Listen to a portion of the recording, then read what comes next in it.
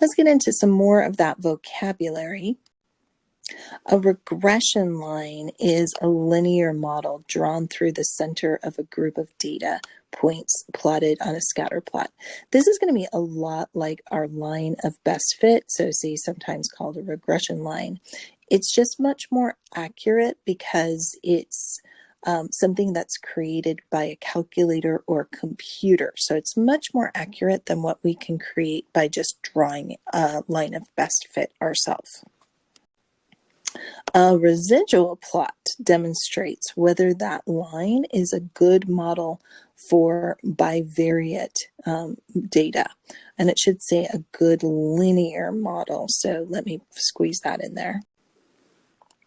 A good linear model for bivariate. Below is the residual plots show three typical patterns. So first we have a random pattern. While the other two patterns here, these U-shaped, or if they could have a W shape, these are not linear fits. So this is showing us that some of you might be familiar with the term parabola. This is not the best shape. So this is good. This means we should be using a line. This means we should be using some other shape. So how do we make one of these residual plots? A residual is the vertical distance from the given data point to the line of best fit.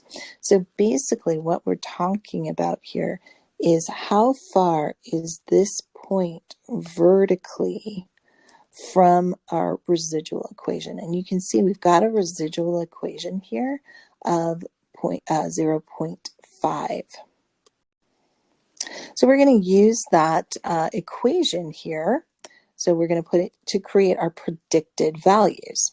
So you can see that I've got this distance at 20. I'm predicting that I should have been at 10, but you can see the point isn't actually there. The residual will be the difference between those. So what we're going to do is we're going to find the predicted values. In other words, like if I'm at, this looks like 10, I predict that my point should be at 5, but I miss it. So we'll figure that out. So my first one is 5 times 0.5 would be 2.5. So my predicted value at x equals 5 would be half, which is 2.5. So my predicted value at 10 would be 5. My predicted value at 15, I would predict that my x would be 7.5. At 20, I would predict that my value is 10. At 25, 12.5. So why don't you tell me what the predicted value is at 30? Hopefully you said 15. So now how do I find those residual values? We're going to use the y values now minus the predicted values. Our first one here will be 3 minus 2.5, and that'll give me 0.5. And what that relates to is how far is this point here away from the line itself. So it's that distance, that's the residual value. And the distance from here to here is going to be 4 minus 5, so -1. 9 minus 7.5, which is 1.5. We've got 7 minus 10, which is -3. We've got 13 minus 12.5, so 0.5. And the final one is just going to be 0. Next, we need to label this residual plot. So here's what the residual plot is telling us. If this is my f of x line, then what we do is we take that f of x and we actually flatten it out and make it horizontal. These are going to be my y values. So when I look here, I'm going to get how far away each one of these points is from this line.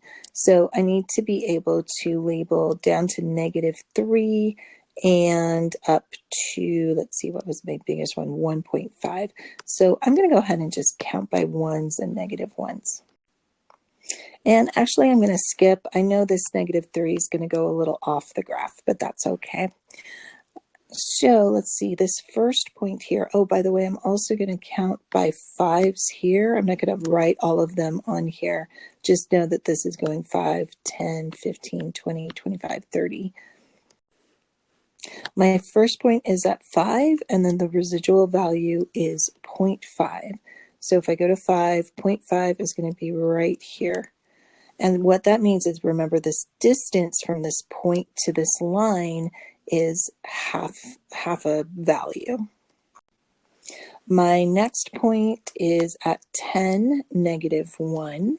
So 10, -1 would be right here, because this next line would be 10, because we're counting by fives. Then we've got 15, 1.5. I have 20, so 5, 10, 15, 20.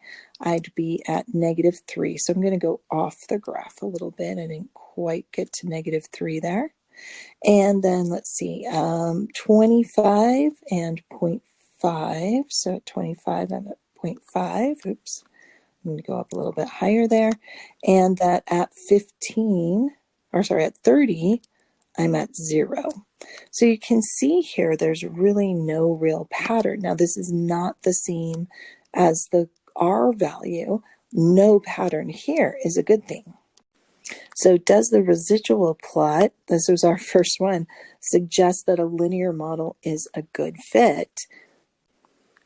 So our answer would be yes, since I can't see any other pattern.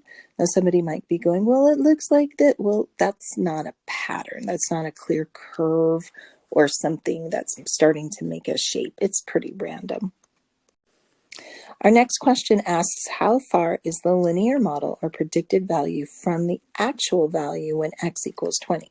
So we can see here, this is our distance. So here's our model. Here's our actual value. That's the point. The distance here, it's below, so that has to be negative. And we can see also from our table, at 20, our residual is -3. And that's what it's asking there, is what's the residual value? I'd like you to answer, when x equals 25, how far off is the linear model? So hopefully you said 0.5, because we can see at 25, it's 0.5. At 25 on our graph, which would be right about in here somewhere, we can see that point is slightly above our line, which makes our residual positive. What would give a negative value? So what does a negative residual mean? So maybe look at -3 here. Why is it negative? It means the actual point is below the line. So anytime we had a negative residual, those 2 points are actually below our prediction line.